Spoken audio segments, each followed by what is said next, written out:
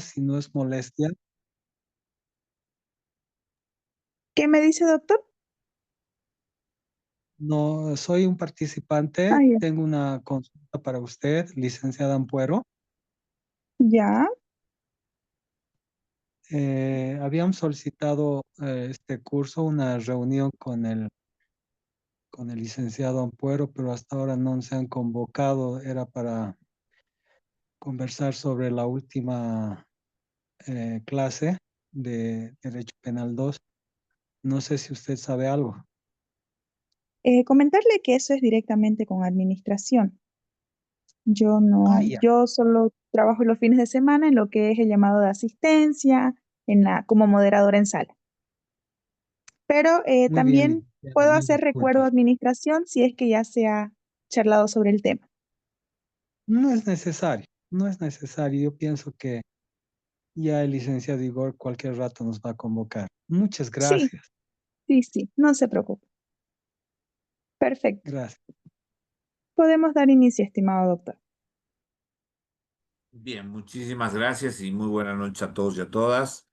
Feliz nuevamente de poder estar con ustedes este tiempo que en el caso particular nos toca hablar del derecho internacional privado.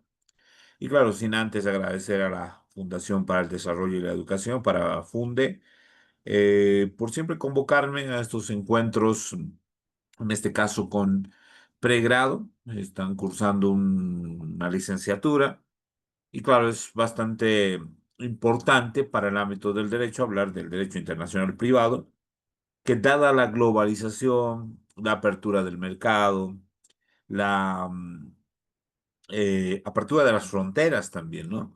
Y de lo que implica este reto que para mí siempre es relevante, el hecho de las comunicaciones. No está de más decir, ¿no? Que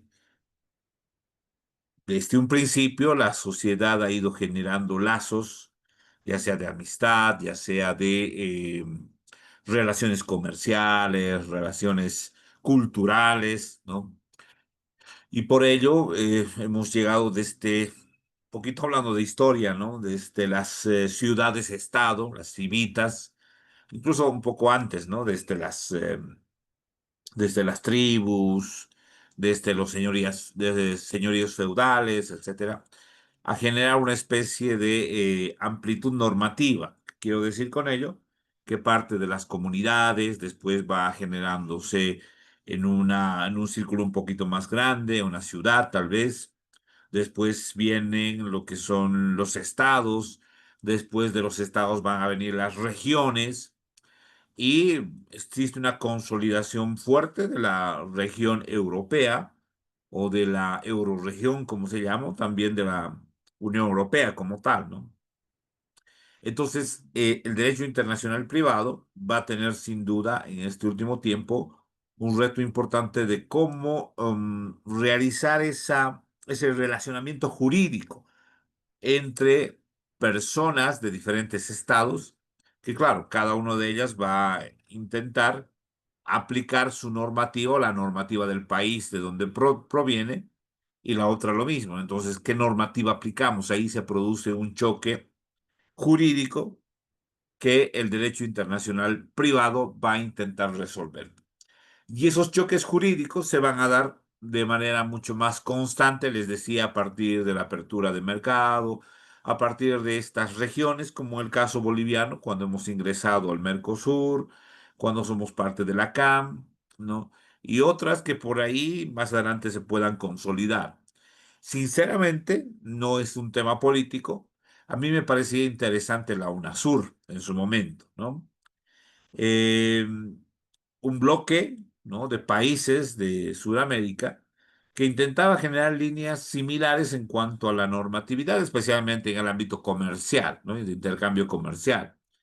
Pero bueno, se frustró, queda en la provincia Clisa, bueno, en la provincia Germán Jordán sería, municipio de Clisa en Cochabamba, o en Albieto, si no me equivoco, está por uno de esos dos municipios, una infraestructura del Parlamento de la UNASUR que, bueno, nunca ha sido utilizado, ¿no? Pero los retos de los países siempre van en ese sentido de querer integrarse a bloques un poquito más fuertes, ¿no? Eh, a generar bloques a partir de la unión de los vecinos, de los países vecinos, y en ese entendido es que se va a dar justamente estos choques jurídicos, les decía. Puede ser que la legislación chilena, en el caso del matrimonio, por ejemplo, ¿no? Establezca ciertas condiciones o requisitos para contraer el matrimonio y en la legislación boliviana otros requisitos. Entonces, cuando una persona de Chile con una persona boliviana intenta contraer un matrimonio, se va a producir ese choque jurídico, ¿no? Es decir, el chileno o la chilena va a intentar aplicar su normativa, el boliviano o boliviana también va a intentar aplicar su normativa, y ahí entra un tercer elemento que es el elemento territorial, donde se encuentran estos ciudadanos, ¿no? Eso se va a dar en el ámbito penal, se va a dar en el ámbito familiar, se van a dar en las adopciones, por ejemplo, se va a dar en las sucesiones hereditarias, que justamente son elementos jurídicos muy fuertes, ¿no? Boliviano que fallece en México, ¿qué legislación se aplica en la sucesión? Tres podría darse, ¿no? Pongamos el ejemplo, es un boliviano que tiene propiedades en el Perú, pero que ha fallecido en México. Entonces, ¿qué normativa se va a aplicar para la sucesión hereditaria? Algunos dirán la normativa boliviana, ya que es ciudadano de ese país, otros dirán la normativa peruana, pues los bienes se encuentran en Perú, y otros dirán la normativa mexicana, es donde ha sido el último domicilio de la persona. Entonces, justamente esos choques jurídicos que decía hace un momento son los que va a intentar resolver el derecho internacional privado. Un segundito, por favor.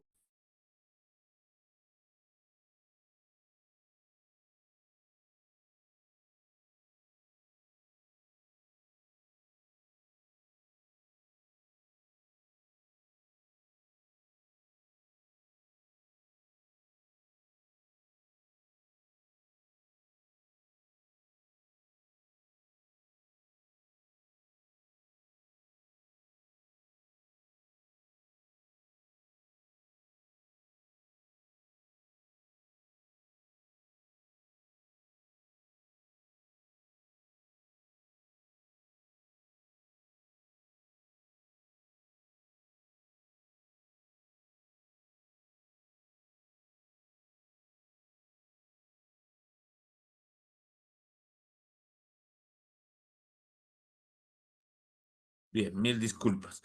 Bueno, entonces les decía que se va a dar esos choques jurídicos, ¿no? Del lugar, del nacimiento de la persona o del fallecimiento de la persona, del acto jurídico, dónde se realiza, el último domicilio, etcétera, etcétera. Entonces no ha sido sencillo, no ha sido sencillo para el derecho poder resolver estas situaciones, porque yo recuerdo bien que con ustedes habíamos llevado el derecho internacional público.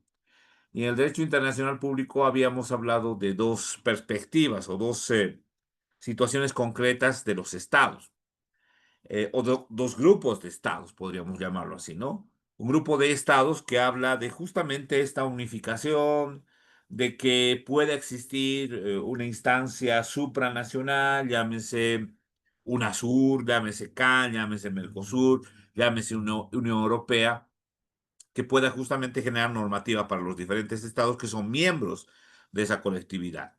A esos tipos de estados los llamamos de estados con una amplitud o una línea jurídica abierta al, al aceptar una normativa que no proviene de sí misma, ¿no? No proviene del mismo estado.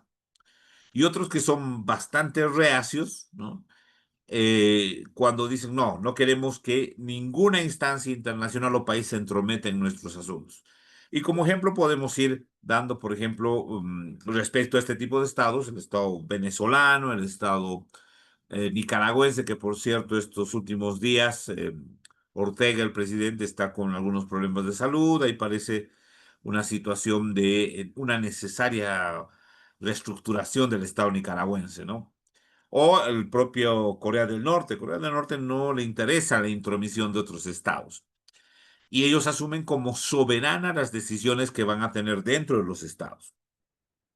Entonces, en esos dos grupos de estados, unos estados que son abiertos a la comunidad internacional y otros estados que son cerrados a la comunidad internacional, justamente se va a dar esta tensión del derecho internacional privado. Aquellos abiertos a la comunidad internacional van a decir, bueno, vamos a resolver los problemas a partir de la aplicación de normativas consensuadas, yo no voy a imponer mi voluntad, sino vamos a encontrar una solución, ¿no? Y esos estados cerrados a la comunidad internacional van a decir, no, si es ciudadano coreano, se resuelve mediante la normativa coreana, no importa dónde haya fallecido, dónde se encuentre, etcétera, ¿no? Porque la norma se aplica para los ciudadanos coreanos. O sea, en esa perspectiva es que se da el derecho internacional privado. Y es justamente lo que vamos a ir observando el día de hoy a lo largo de lo que tengamos justamente esta primera clase y el día de mañana una segunda clase a las 14:00. Bueno, con esa pequeña introducción entonces vamos a ir observando cada una de las temáticas que están planteadas para este módulo, que reitero, es un módulo bastante importante en esta coyuntura y que se va a ahondar mucho más cuando observemos que no van a venir de los propios estados, ¿no? Esa situación de abrir la normativa. Uno podría creer y decir, Bolivia tiene su constitución, ha ratificado la Convención Americana sobre Derechos Humanos, por lo tanto, admite la competencia de la Corte Interamericana de Derechos Humanos, pero no hay más, ¿no? O sea, no tenemos otros tribunales. Entonces, todas las problemáticas se resuelven de manera interna y cuando persiste la vulneración de derechos es que acudimos a la Corte Interamericana de Derechos Humanos o al Sistema Interamericano de Protección de Derechos Humanos. Pero no hay más, ¿no? No hay otro tribunal que pueda resolver nuestros conflictos. Pero cuando uno escucha en las noticias, cuando lee, cuando se informa respecto a esta realidad referida a las redes sociales, va a encontrar que aunque el Estado no lo quiera, aunque el Estado no determine en su constitución o acepte en su constitución otros tribunales más que los tribunales internos o la Corte Interamericana de Derechos Humanos, van a aparecer otros tribunales que van a tener jurisdicción y competencia en asuntos internos, pero en el ámbito privado. Y estoy hablando justamente de aquello que se viene hablando ya, no de este año, desde hace unos 2 o 3 años, que es, por ejemplo, el Tribunal del Facebook. Existe la conformación y la consolidación, yo estimo que hasta fin de año va a tener ya fallos, de un tribunal creado por Facebook. Entonces, ¿qué competencia tendrá ese tribunal de Facebook? Justamente resolver problemáticas surgidas del manejo de la aplicación de esta red social que es el Facebook, ¿no? Por ejemplo, el tema de suplantación de identidades, el tema de la propiedad de una cuenta, etcétera. O sea, muchos aspectos que el tribunal del Facebook va a resolver. Y uno puede decir, ¿quiénes son esos del tribunal del Facebook? Son juristas que en dos de los casos he observado, es una colombiana, no recuerdo ahorita el nombre, ha sido miembro de la Corte Interamericana, y un mexicano que también ha sido miembro de la Corte Interamericana. Entonces uno dice que hay un tribunal que Bolivia no lo ha aceptado dentro de su normativa, pero que va a tener jurisdicción dentro del Estado boliviano y va a resolver conflictos que van a darse entre privados, ¿no? Porque básicamente la red social es una red privada, ¿no?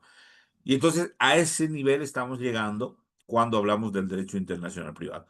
Claro, lo que vamos a observar el día de hoy y el día de mañana son normativas básicas que vienen desde los años 50, que se aplican en la actualidad, pero que sí, necesariamente tienen que ir modificándose y adecuándose además a la nueva realidad, esta realidad referida a la comunidad internacional, así pongámosle el título de comunidad internacional, porque es claro, si no me equivoco, hasta el año pasado Facebook tenía como 400 millones de usuarios, a lo que muchos autores lo han denominado la comunidad internacional, es un país, ¿no? Incluso dices, si juntamos a todos los que forman parte del Facebook, se hace más cantidad del país más grande que existe en cuanto a población en el mundo, ¿no? Estamos hablando de India, seguido de China.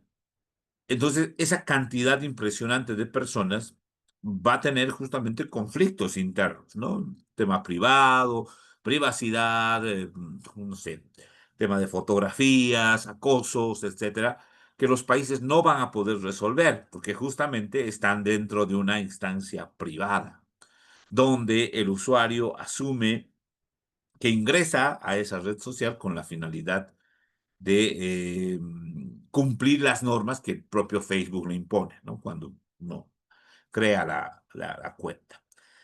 Entonces, sí, ese es el punto, digamos, el reto, sí, creo que es la palabra más importante, o más adecuada, perdón, el reto que tenemos en el ámbito jurídico para observar que el derecho internacional privado no es una materia, no es una materia, una rama del derecho que ha quedado en el olvido desde los años 50 con el Código Bustamante, o que es una rama del derecho que se pasa por ejemplo, en San Simón se pasa en último año, ¿no? En cuarto año de la licenciatura, y es una sola materia, ¿no? Eh, pero sí, en realidad tiene una conexión bastante fuerte con el resto de las materias, derecho internacional público, derechos humanos, ¿no? El relacionamiento entre estados también juega un papel importante. Entonces, como primer concepto, y claro, la mayor parte de los conceptos que vamos a tener en el derecho siempre surgen con esta línea, ¿no? Que es un conjunto, derecho internacional privado en este caso, ¿no? Es un conjunto de normas jurídicas nacionales y supranacionales, porque sí, el Código Bustamante, por ejemplo, que vamos a ver más adelante, es una normativa internacional, es un tratado internacional que ha sido ratificado por diferentes países con el fin de resolver estas problemáticas entre privados cuando quieran aplicar la normativa de sus países o de un país, de un tercer país, ¿no? Entonces nos va a dar líneas generales el Código Bustamante. Eh, Decía nacionales, sí, porque también en la Constitución vamos a encontrar cierta normativa. Por ejemplo, y estamos llegando, ¿no? Al ámbito de este círculo, para mí, perdonen que lo diga, ¿no? Soy quizás bastante sincero, este círculo mediático y show mediático de las elecciones, que uno es habilitado, el otro está inhabilitado, que el otro se fue con un frente, el otro con el otro frente. Finalmente, uno no sabe qué es lo que va a suceder, ¿no?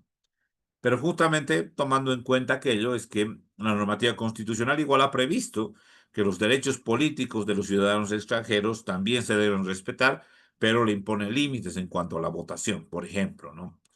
Se habla de que todos los ciudadanos extranjeros residentes en Bolivia deben respetar las normas, pero sí hay excepciones en cuanto a las normas, diplomáticos, etcétera. Entonces, hasta la propia Constitución también vamos a tener, ¿no? Entonces son un conjunto de normas nacionales, supranacionales, del derecho público. ¿Qué es el derecho público? Acá, bueno, podríamos decir, hay una contradicción, ¿no? Entre el derecho internacional público y derecho internacional privado. Si hablamos de normas del derecho internacional privado, tendrían que ser normas privadas. No, en realidad no es así, porque quien emite esos lineamientos generales es el Estado y por ende son normas de derecho público, ¿no? Que tienen por objeto solucionar controversias de carácter interestatal, es decir, entre ciudadanos de diferentes estados, entre un ciudadano brasilero y una ciudadana boliviana, entre un ciudadano argentino y un ciudadano chileno, ¿no? Que claro, cada uno de ellos va a intentar aplicar su norma o la norma que crea que es más conveniente para ellos, ¿no? Tenemos un caso que lo vamos a ver el día de mañana, que es el caso Antenor Patiño, que justamente es el caso típico de cómo se puede torcer esta situación, ¿no? Esta situación de beneficiarse de una norma u otra. Y no es el único, pero es el más emblemático, ¿no? Y es un poco huir u ocultarse de alguna norma que se debería aplicar en un caso, pero en una situación X no se aplica por una razón de territorio, por una razón de que no se encuentra en el lugar. Bueno, un sinfín de cosas que lo vamos a ir viendo más adelante. Entonces, claro, controversias de carácter interestatal o internacional mediante la elección del juez competente para dirimirlas de la ley aplicable al fondo a los asuntos o de la norma que específicamente les dará una solución directa. También se dan mucho los conflictos en temas comerciales, ¿no? En temas comerciales, como lo que está sucediendo ahora también. Lamentablemente, eh, lo que ocurre en Bolivia también repercute en el ámbito comercial, ¿no?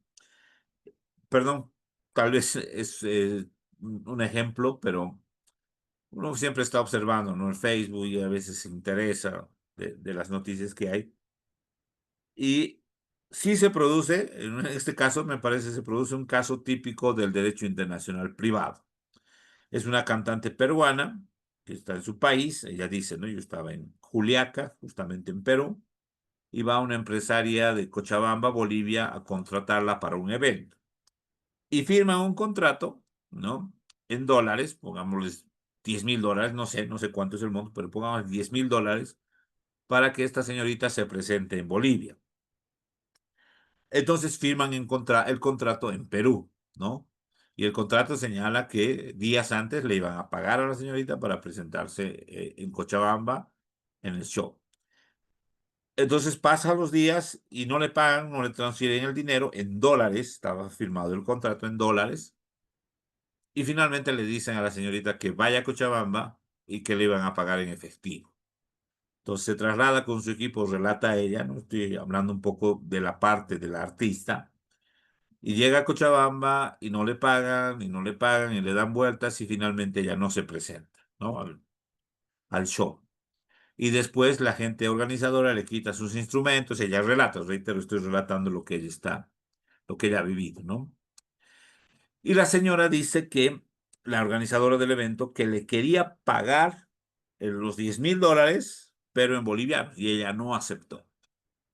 Entonces ahí se produce un típico conflicto jurídico entre ciudadanos de diferentes países. Por un lado, puede ser que la organizadora del evento intente aplicar el Código Civil, ¿no? Para hablar justamente del mantenimiento de la moneda extranjera, etcétera, ¿no? Puede alegar bastantes aspectos en el Código Civil, pero sin duda la cantante va a intentar aplicar la normativa peruana porque el contrato se ha firmado allá y ella es obviamente de allá y va a intentar resguardar su interés para que le pague en la moneda extranjera. Entonces ahí se produce un típico choque jurídico entre diferentes estados. Y ahí se da justamente la necesidad de observar el derecho internacional público para resolver esa problemática. Y como señala justamente el concepto, para dirimir la ley aplicable al fondo de los asuntos o de la norma que específicamente les dará una solución directa. ¿Cuál será la norma aplicable? ¿La boliviana?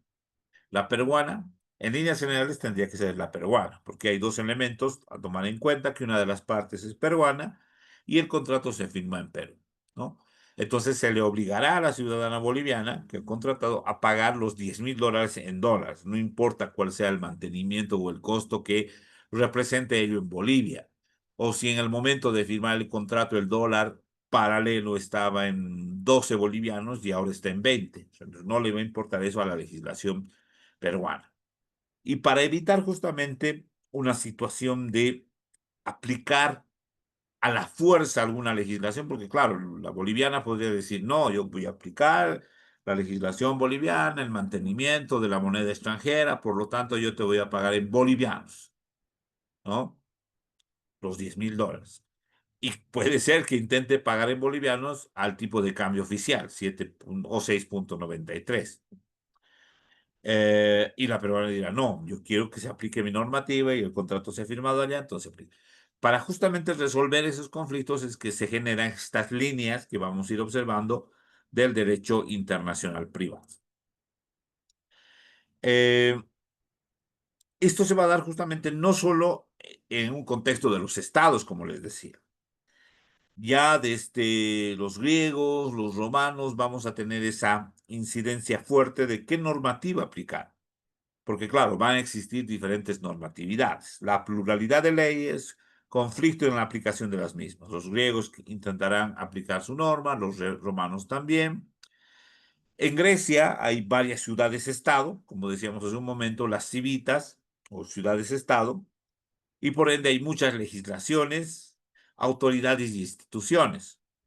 Y así es un poco difícil, ¿no? Imagínense que si en Bolivia cada uno de los departamentos tuviera su propia normativa, con el comercio, las relaciones de turismo, las relaciones de amistad, bueno, incluso familiares, es que vamos a tener la necesidad de ir de un departamento a otro, ¿no?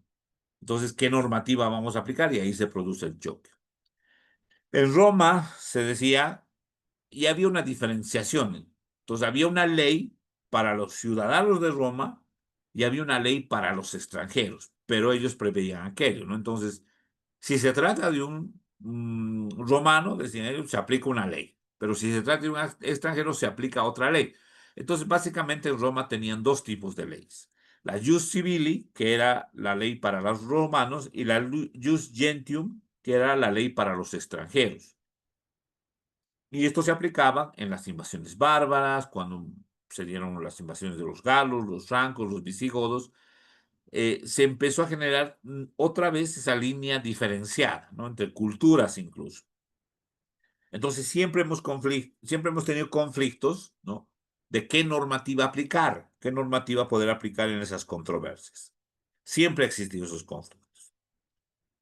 El derecho internacional privado tiene como objeto y contenido resolver situaciones privadas en esencia, ¿no? Desde la Constitución señala que es un derecho predominantemente estatal desde una perspectiva formal, ya que predominan cuantitativamente las fuerzas internas. Tiene una tarea supranacional, dado que organiza la cooperación entre los ordenamientos jurídicos independientes. Como se observa, estas son las dos líneas, ¿no?, que tienen los estados. Algunos estados van a decir, no, la Constitución se aplica en territorio boliviano para los bolivianos y para los que habitan en este país. Pero cuando se tiene a una persona fuera del país con un conflicto interno, entonces se tiene que acudir a los entendimientos de la jurisdicción, o más bien del derecho que tiene ese ciudadano, ¿no? Y por lo tanto se va a abrir un poco más el ámbito de la supranacionalidad. En un sentido global, como decíamos hace un momento, las exportaciones, el comercio, hay ese término, ¿no?, de la comunidad internacional o el ciudadano del mundo también dicen, ¿no? Aquel que no toma fronteras, que vive en un lugar, en otro lado. Entonces regula relaciones de individuos que extienden sus actividades fuera de sus fronteras.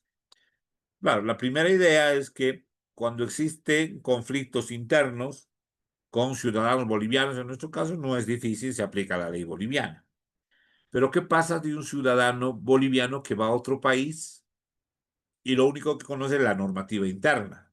Entonces, ¿qué normativa se aplicará? Entonces, para ello está el derecho internacional privado. Decíamos, regula las relaciones de individuos que extienden sus actividades fuera de sus fronteras. Y estas actividades pueden ser a través de institutos jurídicos como el matrimonio, el divorcio, la sucesión hereditaria, eh, la adopción internacional, ¿no? O mediante acuerdos o pactos entre particulares, como son justamente los contratos, pueden ser contratos comerciales, contratos de compra y venta de inmuebles, etcétera, ¿no? No por la fuente de sus normas, sino por el objeto regulado, es decir, el tráfico jurídico externo. Entonces, básicamente es eso, ¿no? El tráfico jurídico externo representa al derecho internacional privado. Se examina la relación jurídica privada que se entabla entre particulares, personas físicas o jurídicas. Aquí también hay un elemento. El derecho internacional privado tiene que ver también con las relaciones no solo de personas naturales o personas individuales, sino también de personas jurídicas. O entre particulares y el Estado, siempre y cuando se actúe como particular. Ahora, cuando decimos entre personas individuales y también personas jurídicas, dentro de esas personas jurídicas también está el Estado. Entonces puede darse de que existe una relación, por ejemplo, una relación de una empresa, pongámosle. Creo que lo vimos con ustedes en Derecho Internacional Público. ¿Recuerdan ustedes? Había una empresa, Standard Oil, que justamente firma un contrato con el Estado boliviano para la explotación de petróleo y cuando llega la guerra del Chaco, después de la guerra del Chaco, se da la primera nacionalización y básicamente expulsan a la Standard Oil, ¿no? Y la Standard Oil en ese momento no había derecho internacional privado, no había tribunales extranjeros. Lo único que podía reclamar era justamente el cumplimiento del contrato a través de la justicia boliviana. Entonces ahí se produjo un choque La jurídico. Standard Oil era americana, ¿no? ¿Cómo? Disculpe, la Standard Oil era americana. Claro, exactamente. Sí, correcto. La Standard Oil era una empresa norteamericana que firma un contrato con Bolivia para la explotación de petróleo en ese momento. No estábamos hablando de los años 32. Si no me equivoco, se firmó el 30 el contrato. Y el 32 vino la guerra del Chaco. Y muchos historiadores señalan que fue la Standard Oil una especie de socio de Paraguay y Argentina, porque la Standard Oil había descubierto petróleos justamente en el Chaco, ¿no? Que pertenecía al lado boliviano, ahora que pertenece al lado paraguayo. Y bueno, entonces ellos decían, nos apropiamos de ese territorio boliviano, le damos la concesión a la Standard Oil, y la Standard Oil obviamente gana y también gana a Paraguay y también gana Argentina, porque iba a haber una venta con Argentina. Es lo que dice la historia, ¿no? Entonces, cuando Bolivia se da cuenta de esa situación, porque hay muchos elementos, ¿no? Que dan a notar aquello. Y ustedes se van a dar cuenta, Bolivia lleva sus algunos pequeños tanques, camiones y necesita de combustible, necesita de petróleo, necesita de queroseno en ese momento para las tropas y el Standard Oil se niega a darle a Bolivia, ¿no? Y claro, uno entiende que en ese momento es un poco eh, triste y además que da rabia, ¿no? Porque es el petróleo que están extrayendo de tu territorio, pero la empresa que está extrayendo ese petróleo no te quiere ayudar básicamente en la guerra, ¿no? Para combatir al enemigo. Ese elemento y otros elementos que el Standard Oil a partir de la guerra del Chaco no le paga los impuestos a Bolivia o las regalías por la explotación. Entonces dan a entender de que tenía ese acuerdo, ¿no? Y Bolivia rompe el contrato con el Standard Oil, se produce, reitero, la primera nacionalización del petróleo. Y la Standard Oil, claro, no puede acudir a un tribunal internacional, no puede acudir a invocar la normativa norteamericana. Lo único que hace es justamente plantear una demanda contenciosa administrativa en los juzgados bolivianos. En el caso concreto, en la Corte Suprema de Justicia. Recuerdo muy bien que la Standard Oil pide 17 millones de dólares como indemnización, porque justamente se dio la nacionalización y dice, nosotros invertimos tanto dinero, tenemos que recuperar ese dinero, ¿no? Bolivia señala que debería darle 3 millones, si no me equivoco, 3 millones de dólares, pero el fallo que saca la Corte Suprema de Justicia es que Bolivia le debía al Standard Oil 1.600.000 y algo, ¿no? Ni 2 millones de dólares. Entonces, cuando uno es pongamos, ¿no? En lugar de Bolivia, digamos, es favorable, ¿no? Pero pongamos en el lado del empresario, de la empresa, del Standard Oil, y claro, implica una situación desventajosa. Si realmente hubiera sido esa su inversión de 17 millones de dólares y el fallo hubiera dado como compensación 1.600.000 dólares, entonces, claro, se está vulnerando bastantes derechos, especialmente la economía misma del Standard Oil, ¿no? Claro, el Standard Oil en ese momento era, en el caso boliviano, ¿no? Debería representar, imagino, el 1%, ¿no? De las inversiones que tenía, porque el Standard Oil tenía inversiones en todo el mundo, ¿no? En Venezuela, en África, en el Medio Oriente. Justamente el Standard Oil es de Rockefeller, ¿no? Eh, Y de ahí, más adelante, va a existir la necesidad a partir del Banco Mundial de generar otros tribunales, en este caso el CIADI. El CIADI lo va a crear el Banco Mundial, que es el Centro Internacional de Arreglo de Diferencias Relativas a Inversiones, donde un segundito, por favor.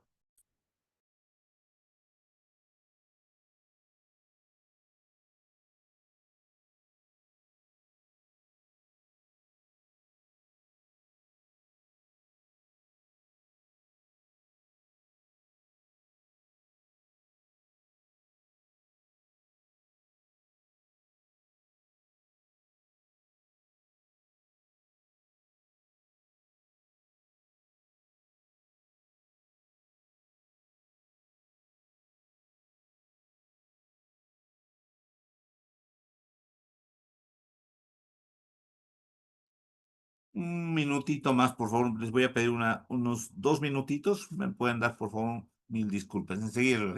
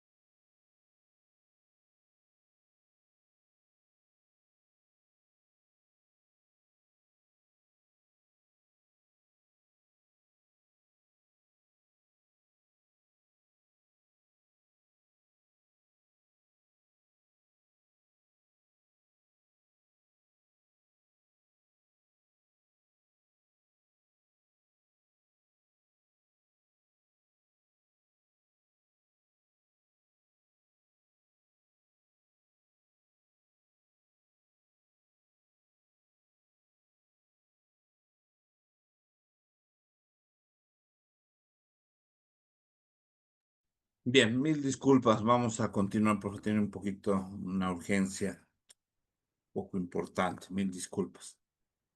Bien, entonces decíamos que esas relaciones justamente se van a tornar un poco difíciles de resolver porque no se van a aplicar ni normativa de un ciudadano ni del otro, o en todo caso se va a aplicar una tercera normativa, ¿no? Entonces, se va a dar justamente relaciones entre particulares y también entre particulares y el propio Estado, siempre y cuando el Estado asuma un protagonismo como persona particular o como una persona jurídica, ¿no? Y les daba el ejemplo justamente de la Standard Oil y la situación que Bolivia. Y bueno, Bolivia más adelante va a tener estos conflictos porque cuando se da la tercera, podríamos llamarlo así, nacionalización, la segunda se dio el año 69 con Marcelo Quiroga Santa Cruz y la tercera sería con Evo Morales, ¿no? En cuanto a hidrocarburos, y justamente también vamos a tener ese conflicto, ¿no? Petrobras con el Estado, la Enron con el Estado, pero ya para ello va a existir justamente la firma de la consolidación del CIADI, donde se van a llevar mediante arbitraje estos conflictos y el CIADI va a resolver si Bolivia le debe o no a las empresas inversoras en Bolivia, ¿no? Lamentablemente hemos tenido casos muy negativos con Entel, por ejemplo, con Kiborax, que muchos lo han dejado en el olvido. No quiero que esta clase se convierta en un reclamo o una situación de observar el pasado, pero sin duda creo que no es, o más bien no debe ser aislado, ¿no? El análisis de lo que sucede con el Estado boliviano en relación a la política. Y el Estado boliviano sí ha perdido mucho dinero por situaciones políticas, porque con la nacionalización de hidrocarburos, de Entel, por ejemplo, se ha perdido mucho dinero, ¿no? Pero claro, cuando está de por medio de un compromiso político, no importa, ¿no? Porque los que ingresan como gobernantes no son los que pagan esa deuda, sino es el Estado boliviano. Y claro, como el Estado boliviano en ese momento no puede pagar todo de una vez, entonces hace plan de pagos, y ahí es justamente donde los ahorros, la inversión pública baja, porque se tiene que cumplir con esas obligaciones con otros países, se tiene que cumplir las obligaciones con las empresas que justamente van a tener ganado, podríamos decirlo así, esos pleitos de inversiones, ¿no? Bien. Continuamos. Si alguien tiene una pregunta, con mucho gusto. ¿Ya? Adelante. Bien, entonces el derecho internacional privado se configura como un conjunto de normas y principios de cada ordenamiento particular, porque decíamos que de la normativa interna vamos a tener cierta normativa que tiene que ver con el derecho internacional privado y también normativa internacional mediante los tratados internacionales, ¿no? Establece para dotar de una regulación especial a los supuestos tráficos externos. ¿Qué quiere decir tráfico externo? Porque las relaciones continúan, ¿no? No está para nada prohibido. Las relaciones comerciales con China se han acrecentado bastante, por lo tanto, van a existir problemas jurídicos en este relacionamiento entre bolivianos, con empresas chinas o con el propio Estado chino, ¿no? Y ahí es donde justamente se va a tener la necesidad de aplicar estos principios o lineamientos del derecho internacional privado. Entonces, la construcción de este sistema exige el recurso de una metodología propia. Su positivación y aplicación es particularmente dependiente de la realidad social y jurídica del momento histórico que se considera. Y para ello también es importante consolidar o establecer que los estados no pueden ir mutando, ¿no? De ideología jurídica. Y eso es lo que causa inseguridad muchas veces, ¿no? Bolivia lo que vive justamente es parte de la inseguridad jurídica que se han generado no este año, sino durante los años anteriores. Y los estados deben seguir esa línea, ¿no? No puede ser que un tratamiento con países vecinos cambie de la noche a la mañana, porque hay una línea de entendimiento que se va construyendo durante mucho tiempo. la normativa nacional, y decíamos que cada país dicta sus propias normas y aproximaciones al derecho internacional, motivo por el cual haya margen para el conflicto y la mediación. Pues, cada país tiene su propia normativa de cómo va a tratar los problemas surgidos con ciudadanos de otros países o de sus ciudadanos con otros estados u otros ciudadanos, ¿no? Es positivo, dado que su norma se haya escrita en los textos legales formales de cada país e incluso en los suscritos de manera bilateral o recíproca entre varios países. Y es particular en lo referido al término extranjero y sus relaciones. Decíamos, un ciudadano no está obligado, ¿no? De hecho, la Constitución boliviana señala que todo boliviano tiene derecho a circular libremente del territorio nacional o salir fuera de él. Y los tratados internacionales hacen la misma referencia respecto a este derecho, ¿no? A la libre circulación entre diferentes países, hace la precisión siempre y cuando se cumpla la normativa interna, etc. Pero claro, un ciudadano de otro país puede migrar a otro país. Entonces, cuando ese ciudadano se enamora de alguien, porque sucede, y contrae un matrimonio, ¿qué normativa se va a aplicar para ese matrimonio? La normativa de ese ciudadano, de la novia o del novio, o del lugar donde están residiendo. Y ese es un conflicto que, reitero, se ha generado con el caso Antenor Patiño, que lo vamos a analizar más adelante. Entonces, para ello, una temprana, podríamos decir, aproximación doctrinaria del derecho internacional privado, porque claro, si bien hace, pongámosle, 50 o 100 años, no existía el tráfico comercial como existe ahora, ¿no? O el intercambio cultural que existe ahora, porque los medios de comunicación eran bastante eh, reducidos, ¿no? No existían tantos aviones, medios de transporte, no existían las redes sociales, la comunicación que tenemos ahora. Entonces, pero siempre ha existido, ¿no? Las migraciones. De hecho, cuando los años, finales de los años 60, justamente la ONU empieza a hablar de los migrantes y de los derechos de los migrantes, justamente por esa situación, que muchas veces los migrantes llegaban a otro estado y no tenían los mismos derechos, ¿no? Cuando la Declaración Universal de los Derechos Humanos habla justamente que los derechos son universales, no importa de la ciudad o el país donde te encuentres. Y estás dotado de esos derechos únicamente por ser un ser humano como tal, ¿no? Inherente al ser humano. Entonces, cuando un ciudadano llegaba a otro país y era tratado de manera discriminada, de manera, bueno, en realidad vulnerando todos sus derechos al trabajo, al salario justo, etcétera, es que la ONU ha puesto atención especial a través de la CEPAL, a través de la OIT en particular, ¿no? De la Organización Internacional del Trabajo, y ha generado normativa justamente para proteger a los ciudadanos o a los trabajadores migrantes. Entonces, el trabajador migrante siempre ha existido.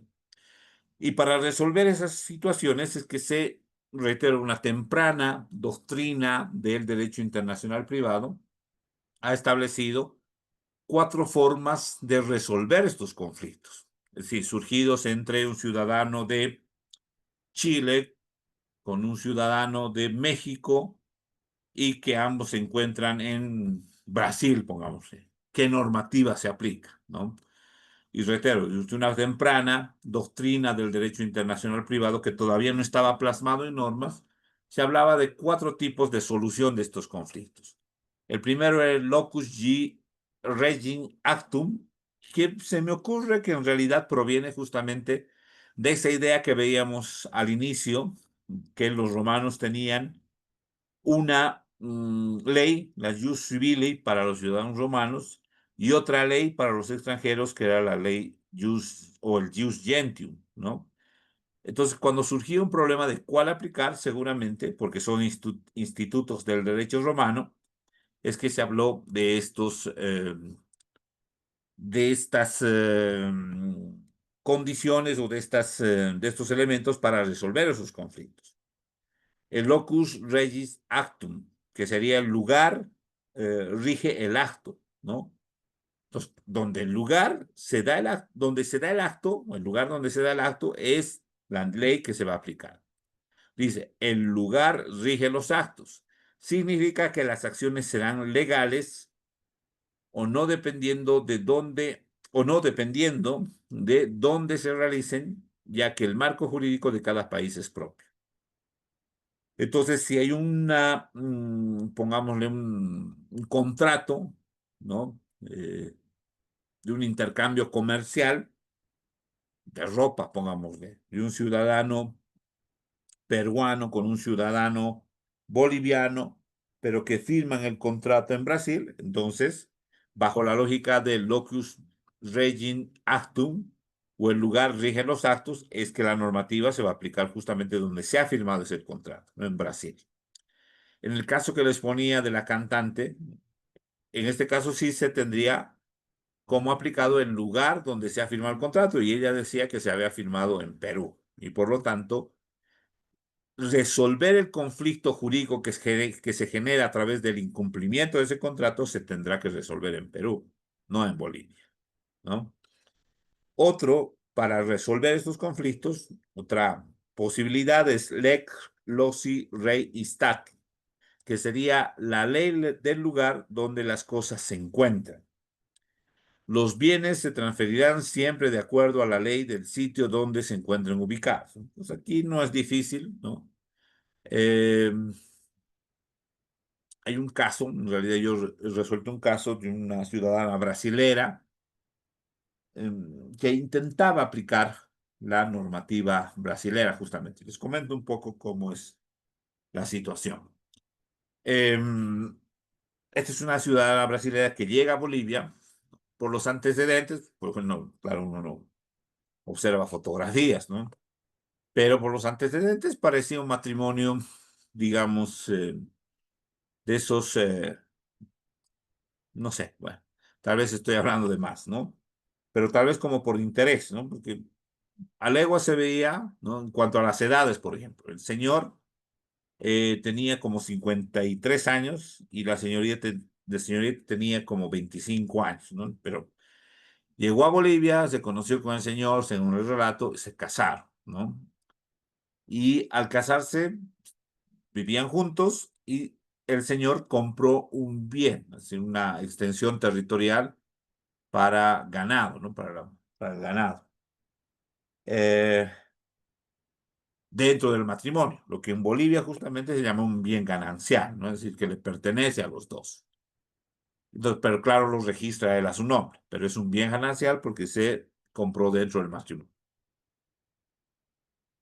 Entonces se divorcian tiempo después y cuando la señorita reclama justamente el bien ganancial, la división y partición de bienes, ella se entera que su esposo había vendido la propiedad anteriormente, es decir, 2 o 3 años antes de que se produzca el divorcio.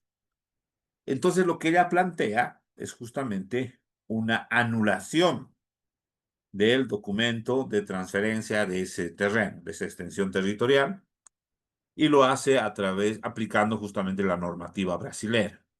Pero va a un juzgado boliviano, eso es lo raro, ¿no? Pero claro, no lo aplica de manera total, ¿no? O sea, hay institutos del Código Civil brasileño que lo aplica a ella, ¿no? Como por ejemplo, recuerdo bien que aplicaba el hecho de la voluntariedad y el hecho de que si existe un rompimiento de la voluntariedad, es que un porcentaje adicional de 10% iba en favor de la persona que no había accedido voluntariamente. Entonces, ella dice, se debe anular ese contrato y como el terreno le corresponde 50-50% para cada uno, y como esa normativa la había infringido su esposo, entonces, bajo ese instituto brasileño, ella dice que le correspondía ya no el 50%, sino el 60%, y a su esposo el 40%. Claro, cuando se resuelve el caso, se dice que no, que la normativa se aplica en Bolivia porque es dentro del territorio y además se invoca justamente el lex loci rei citat, que sería la ley del lugar donde las cosas se encuentran, es la que se aplica, ¿no? En una transferencia. Claro, es bastante lógico, ¿no? Yo no voy a pretender aplicar una normativa boliviana a un terreno que voy a comprar en Brasil, en Chile o en Argentina. Se aplicará justamente la normativa del lugar donde se encuentre el bien inmueble. Otro, mobilia secuntur personam, y esto es un poco fácil de entender. Las cosas siguen a las personas. Significa que las cosas que sean propiedad de una persona se rigen por la ley por la que se rige la persona, ¿no? No se aplica mucho porque en realidad se aplica en propiedades muebles, como un auto, una computadora, etc. No se aplica mucho, decía, porque en realidad los registros no lo permiten tanto. No pongámosle el ejemplo de un vehículo. Las cosas siguen a las personas significa que las cosas que sean propiedad de una persona se rigen por la ley por la que se rige esa persona. Y aquí me pongo un ejemplo bastante claro, ¿no? De lo que sucede en Bolivia. En Bolivia tenemos una subvención a los hidrocarburos, que lamentablemente no hay mucho este tiempo, pero hay una subvención, ¿no? 3 punto y algo, 60, ¿no? La gasolina por litro, pero la normativa también indica que la subvención es para ciudadanos bolivianos. Y cuando la subvención es para ciudadanos bolivianos, se aplica este concepto, ¿no? Mobilis securum persona. La cosa sigue a la persona. Entonces, como ese beneficio es para los bolivianos, ¿no? El combustible a menor costo, porque está subvencionado por el Estado no está subvencionando al extranjero. Entonces, cuando un extranjero ingresa a Bolivia, tiene placa de otro país, entonces no puede cargar con esa subvención. Y se le cobra el monto internacional, se llama, ¿no? O el monto real, podríamos decir, del combustible, que alcanza aproximadamente a 7 puntos y algo, ¿no? Cosa que todos los países vecinos lo tienen. Entonces, yo recuerdo que mm, muchos vehículos ingresan por el lado de Uyuni, ¿no? Por el tema de turismo. Y en alguna temporada estaba por ese lugar y recuerdo que había un ciudadano chileno y decía que eso es discriminación, que cómo me han querido cobrar el doble, pero a los otros les están cobrando 3 puntos y algo bolivianos y a mí me cobran el doble. Pero se aplica justamente esta idea, ¿no? Las cosas siguen a las personas. Entonces el beneficio no es para el extranjero, sino para el boliviano, porque es con dinero boliviano. Entonces la cosa en este caso, el vehículo tampoco puede ser beneficiado. Y para el vehículo se aplica la normativa de su país. Y si en su país carga con un dólar que representaría 7 puntos y algo bolivianos en el cambio oficial, que no existe, entonces en Bolivia también tendría que pagar lo mismo, ¿no? Es algo así la idea. Y finalmente, la lex fori, que sería la ley del foro, significa que a cada conflicto se le aplicará la ley del juez que le toque discriminarlo, es decir, la de su estado, ¿no? Para elegir al juez. Esto se aplica cuando, por ejemplo, uno de manera voluntaria señala cuáles son los métodos de conflicto, o más bien los métodos de solución de los conflictos. A través de esa pequeña cláusula que se inserta en el contrato se pueden resolver muchos conflictos, en realidad, ¿no? Cuando un ciudadano boliviano va a Argentina y compra mercadería y hace un contrato de compra y venta, necesariamente tendría que poner, para evitar estas situaciones, en una cláusula específica, señalar qué juez y qué ley van a resolver un posible conflicto por el incumplimiento de ese contrato. Entonces, ahí quienes contratan, ¿no? Un argentino y un boliviano podrían poner que la normativa y la jurisdicción para resolver algún conflicto del cumplimiento de ese contrato es la argentina, por decir, o es la boliviana. O hay una tercera opción, podrían decir se hará mediante un arbitraje o incluso podrían hablar de una mediación, ¿no? Pero lamentablemente muchos no colocan esa cláusula. Y claro, cuando no hay esa cláusula, que es justamente la voluntariedad de las partes, porque las partes están diciendo voluntariamente qué juez, qué tribunales y qué norma se va a aplicar, qué normativa se va a aplicar, entonces se puede asumir ya sea la locus reis actum, que sería el lugar rige a los actos, la ley del lugar de las cosas donde se encuentran, o la ley conforme a las cosas que siguen a las personas. Pero lo más adecuado sería justamente poner esto, ¿no? Decir de manera voluntaria, si surge algún conflicto de este contrato, de este acuerdo, de esta relación comercial, se va a resolver mediante la normativa chilena, brasilera, argentina, etc. O mediante un arbitraje en la Cámara Nacional de Comercio, mediante un arbitraje en el Centro Internacional de Arreglo de Diferencias Relativas e Inversiones. Y hay muchos, ¿no? En realidad, de los arbitrajes se han generado bastante, especialmente en el ámbito comercial, ¿no? Pero si no se da, justamente es que se va a intentar resolver a través de estos otros, ¿no? Conflictos se van a dar justamente en relación a estos derechos o más bien a estas situaciones eh, emergentes, ¿no? De la relación de ciudadanos de diferentes países o de un ciudadano con un Estado. Compra y venta internacional, lo que decíamos hace un momento, ¿no? Yo contrato en Chile, va a llegar perdón, en China, ¿no? Una mercadería, va a llegar a Chile. En Chile es posible que no exista un cumplimiento, exista un conflicto, y finalmente es un ciudadano boliviano el que está contratando. ¿Qué ley se va a aplicar? La china, la chilena, la boliviana para resolver ese conflicto, ¿no? Son los conflictos que se pueden dar. La adopción internacional. Bueno, en la adopción interna no hay ningún conflicto, la normativa es clara y está el Código de Familias y Procedimiento Familiar que tiene un procedimiento específico, ¿no? Pero ¿qué pasa con la adopción internacional? Hay varios artistas, ¿no? Que han adoptado de otros países, ¿no? Recuerdo una de ellas, Julia Roberts, si no me equivoco. Y hay otros artistas, cantantes que han adoptado niños de otros países, ¿no? Entonces, ¿qué se aplica? Entonces, yo puedo decir, en mi país hay una normativa específica para la adopción, el tema de cumplimiento de plazos. En el caso boliviano hay plazos, ¿no? También hay un seguimiento de la defensoría, también hay una especie de supervigilancia de la defensoría, ¿no? A través de psicólogos, etcétera. Y después de ese tiempo, si se quiere, de observar qué es lo que sucede, ¿no? El relacionamiento entre el adoptante y el adoptado, es que se da la adopción, ¿no? Entonces, un procedimiento en plazos, la vigilancia del juez también, ¿no? Del juez de familia, etcétera.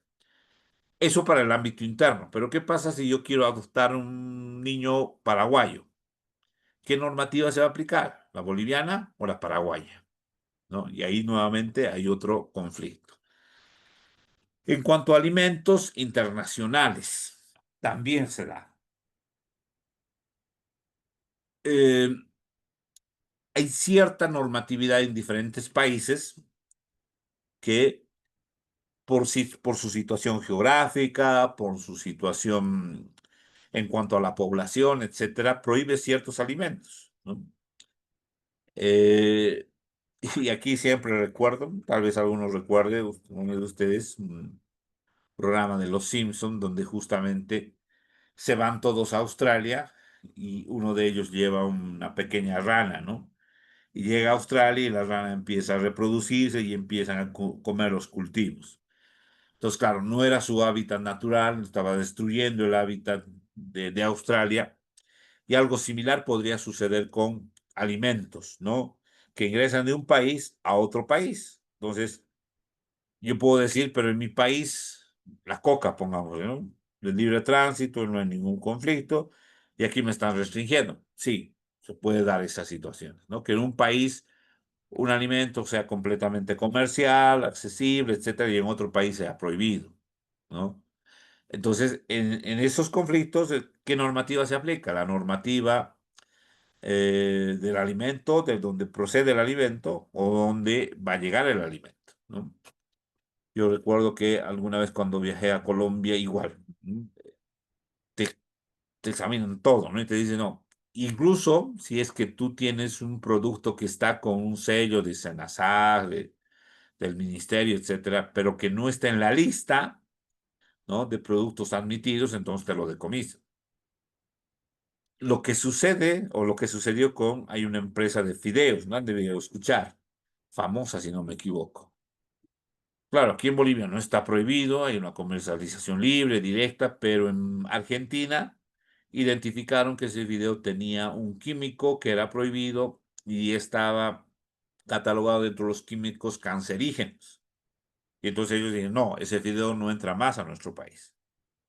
Pero ahí bueno, el empresario no dirá, pero yo tengo el derecho de exportar, hay un acuerdo, libre comercio, el Mercosur, etcétera, pero ahí surge justamente el conflicto también en cuanto a los alimentos. Franquicias internacionales, ¿no?, que están conocido últimamente, ¿no?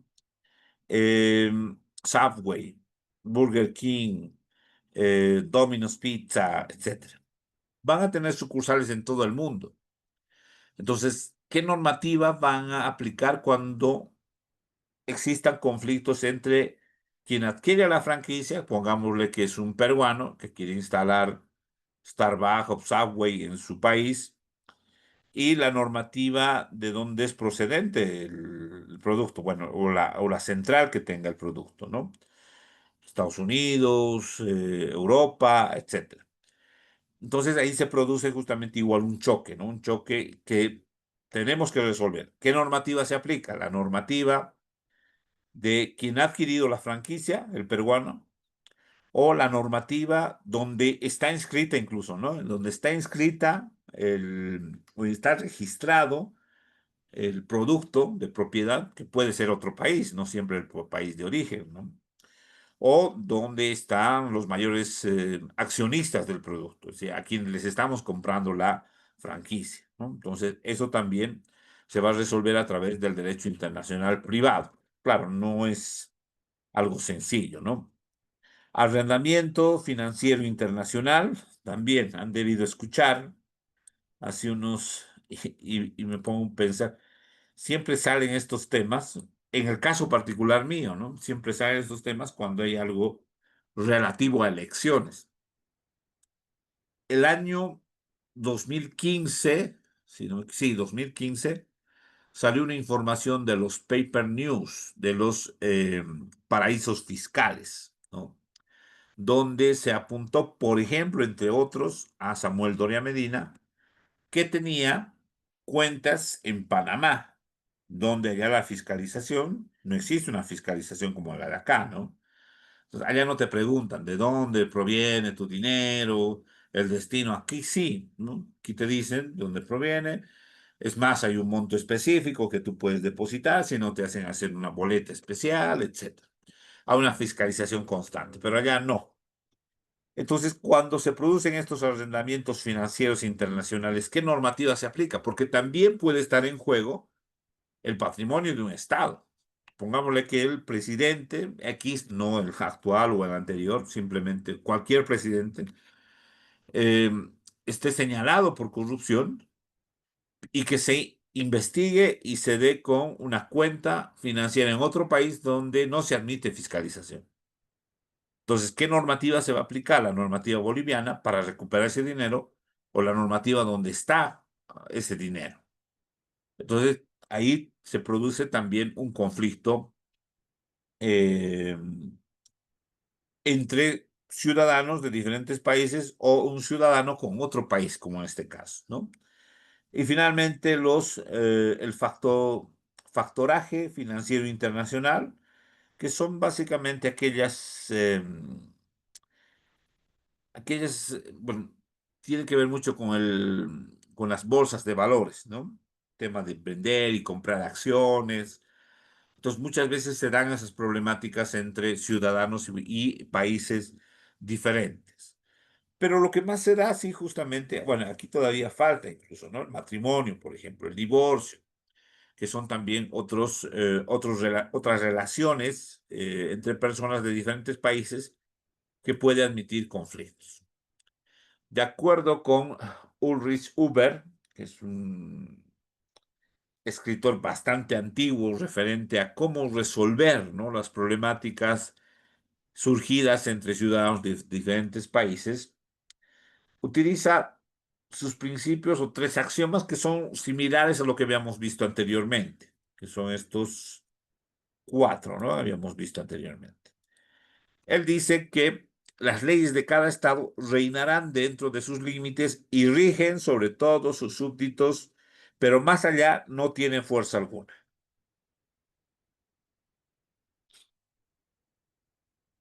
Eso, en realidad, en regla general, es cierto, ¿no?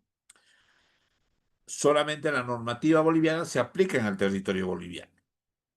Hay excepciones que sí se puede aplicar en otro territorio, pero que dentro de ese territorio existe también la consideración de territorio boliviano. No estamos hablando de las embajadas, los consulados. O barcos o aeronaves barcos con bandera boliviana, que en realidad no tenemos, pero pongamos el ejemplo de otros países, ¿no? Perú, Ecuador, y aeronaves registrados en el país. Ahí también se producen los conflictos, ¿no? Y es una típica situación de ponderación que se da en la mayoría de las universidades.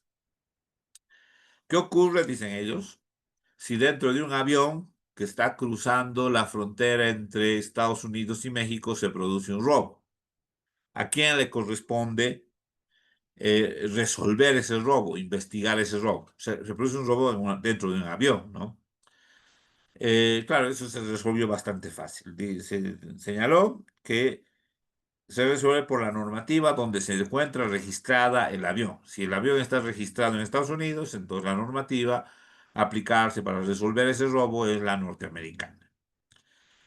Y si por el contrario el avión está registrado en México, entonces la normativa mexicana será la idónea para resolver ese caso. Pues es bastante simple, ¿no? Las leyes de cada estado reinan dentro de sus límites y rigen sobre todos sus súbditos, pero más allá no tienen fuerza alguna. Y aquí también hay una precisión, dice, sobre todos sus súbditos, que quiere decir no incumbe a los extranjeros. El segundo dice, deben considerarse súbditos del Estado cuantos se encuentren dentro de los límites del territorio y permanezcan en él transitoria o definitivamente. Y aquí ya se resuelve la problemática anterior, que en realidad cuando hablamos de súbditos estamos hablando de todas las personas que están dentro del territorio nacional, ya sea de manera transitoria o de manera definitiva, ya sea que hayan nacido o que estén de paso en el territorio. Y finalmente dice, los jefes de Estado permiten por cortesía que una ley de otra nación se aplique en los demás estados si ellos o sus súbditos no son lesionados en su poder o en sus derechos. Esa es la normativa de reciprocidad, ¿no? O el principio de reciprocidad, que en algunos casos se ha utilizado y se utiliza en el ámbito penal, por ejemplo. Muchas veces se considera la pena mayor o la pena máxima. En algunos países la pena, ustedes comprenderán, existe pena de muerte incluso, ¿no? Barbados en el caso, Trinidad y Tobago y Barbados en el caso de América, ¿no? Eh, Todavía se admite la pena de muerte. Entonces, para ciertos delitos muy fuertes, ¿no? Pongámosle que es un asesinato y es un ciudadano boliviano que va a Barbados y comete un asesinato. Entonces, la pena sería la pena de muerte, la máxima sanción, ¿no? Pero como por cortesía se puede admitir que la normativa boliviana se aplique en ese país, el juez de Barbados podría considerar que el ciudadano que ha cometido el delito es boliviano y que en Bolivia la pena máxima es de 30 años. y pueda, por cortesía con el Estado boliviano, ¿no?, ese principio de reciprocidad, admitir no la pena de muerte, sino la pena máxima de 30 años sin derecho a indulto. Por una cuestión lógica, ¿no? Porque en realidad el ciudadano no está obligado a conocer todas las normativas.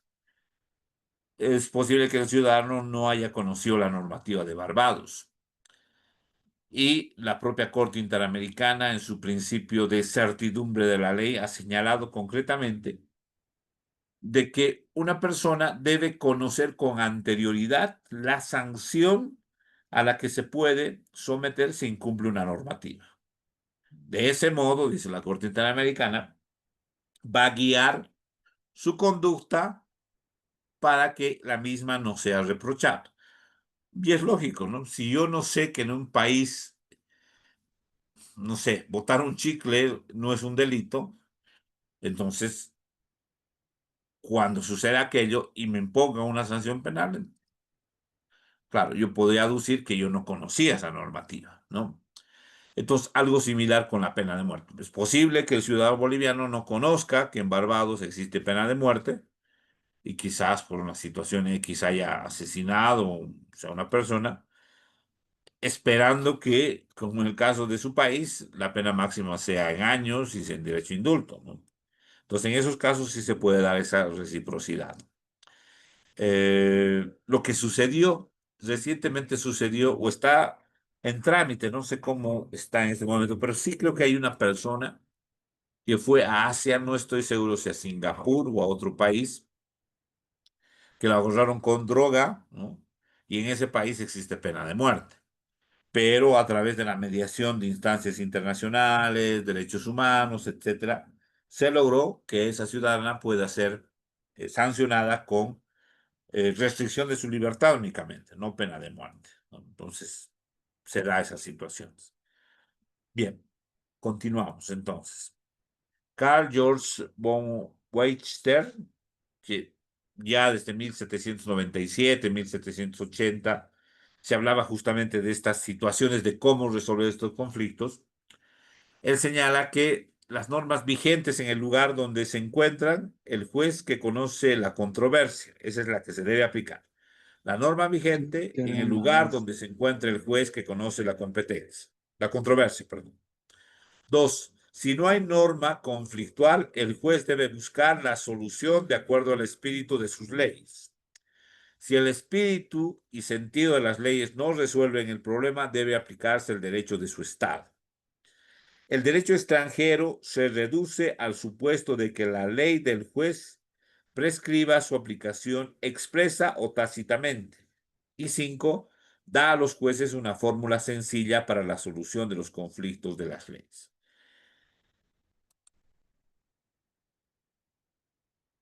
¿Cuándo inicia esta situación tan amplia del derecho internacional privado? En 1874 ya se hablaba de la necesidad de uniformar la normativa, o por lo menos principios para resolver estos aspectos. Ya teníamos anteriormente estas líneas doctrinarias, ¿no? También habíamos considerado lo que decía Ulrich Huber, también lo que resumía Carl George, y existía la necesidad de plasmarlo en una norma, ¿no? Entonces va a existir una primera sesión del Instituto del Derecho Internacional de Ginebra, que se va a efectuar en 1874, donde el jurista italiano Pasquale Mancini abogó porque mediante convenios se hicieran obligatorias ciertas reglas del derecho internacional. Antes de ello, como les decía, venía la lógica, ¿no? O la lógica o la elección, pero no era de manera obligatoria. Entonces, sí se generaba un conflicto jurídico, porque en algunos casos el juez aplicaba, o más bien se aplicaba el lugar donde rigen los actos, en otros casos la ley, pero esto era más que todo lógica, una situación lógica o algo relativo a la logicidad, ¿no? Sí, algo que pueda resolver, no era de manera obligatoria. Ya en 1874 sí se van a tomar estas ideas a través de la aplicación de normas o de la positivación, ¿no?, de las normas. En Europa esto se manifestó especialmente mediante la conferencia celebrada en La Haya, en 1893, de las que emanaron numerosas convenciones. Las conferencias de La Haya continúan en plena participación de muchos países de otros continentes incluso.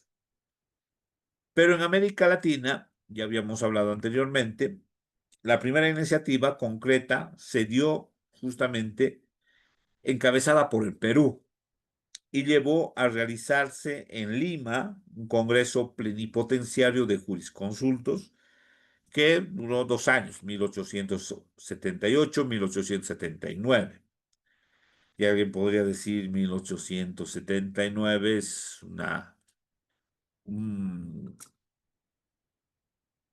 un año negro para Bolivia, ¿no? Justamente la guerra del Pacífico. Pero ya en ese momento se hablaba de la necesidad de uniformizar estas normativas. En 1888 y 1889 se celebró otro congreso, más o menos consecutivo al primero, ¿no? Si en el primero se discutía la necesidad de uniformizar la normativa para resolver estos conflictos, ya en 1888, 1889, en Uruguay se celebró nuevamente otro congreso de ministros, de diplomáticos, ¿no?, conocido como el primer Congreso de Montevideo, en el cual se firmaron tratados sobre el derecho civil, derecho penal, derecho procesal y otras materias, donde concurrieron 7 países, todos los países sudamericanos, ¿no?, todos de Sudamérica más bien. Y donde justamente se aprobó este código, el Código de Derecho Internacional Privado, llamado también Código Bustamante, justamente en honor a uno de los promotores de esta idea de que a través de tratados internacionales se pueda generar líneas, principios para resolver los conflictos del relacionamiento de dos personas de diferentes países, sean individuales o sean colectivas. En la Sexta Conferencia Internacional Americana celebrada en La Habana en 1989, se suscribió una convención destinada a adoptar el Código de Derecho Internacional Privado, preparado por el jurista cubano don Antonio Sánchez de Bustamante y Sirven, así como antes eran los apellidos, ¿no?, Bolívar y Palacios, ¿no?, habitualmente conocido como el Código Bustamante. Este código tiene normas sobre el derecho civil internacional, derecho mercantil internacional, derecho penal internacional, derecho procesal internacional. Algunos países que firmaron la convención, entre ellos Costa Rica, lo hicieron con reserva de todo en cuanto pudiera estar en contradicción con su legislación interna. En Bolivia se ratificó mediante ley del 20 de enero de 1932 y se encuentra vigente a pesar de los años. Aunque, claro, el viraje que ha tenido el derecho internacional privado es bastante grande, pero que todavía utilizamos para resolver algunos conflictos en esa índole. Bien, bueno, acá vamos a quedar, ¿ya?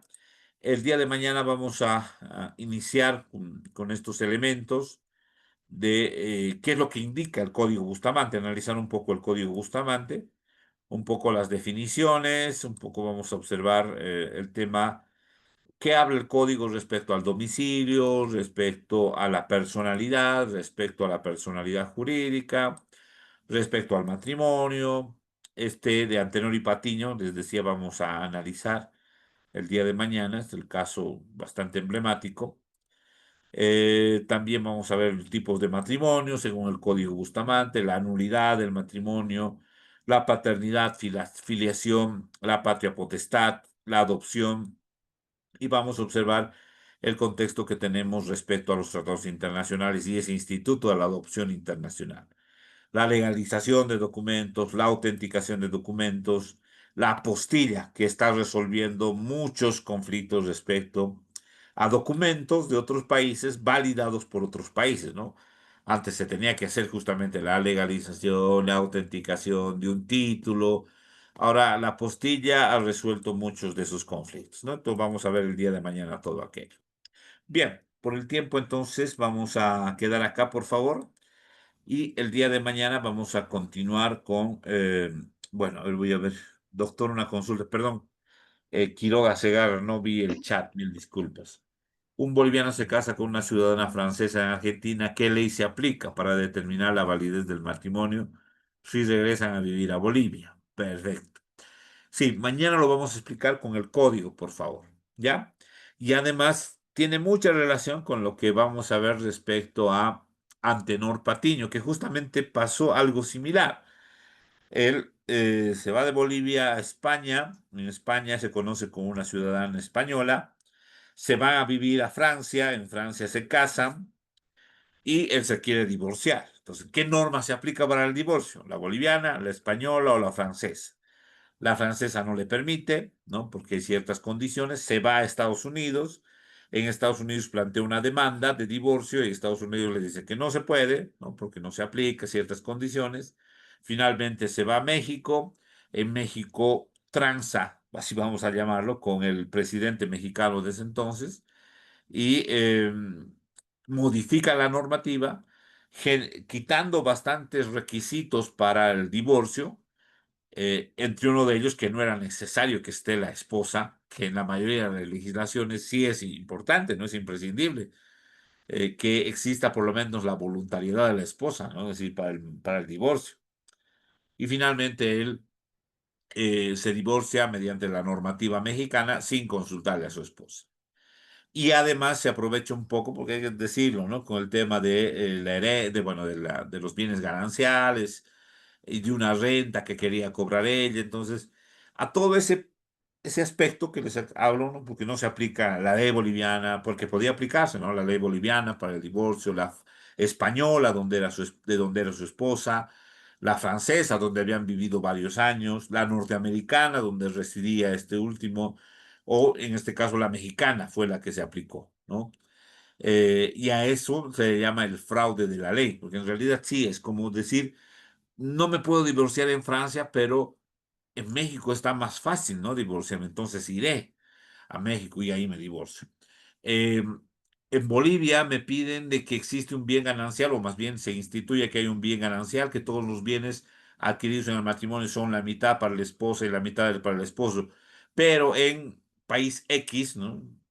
Sin nombrar alguno, no existe aquello, entonces me voy a divorciar allá para no darle nada a la esposa, ¿no?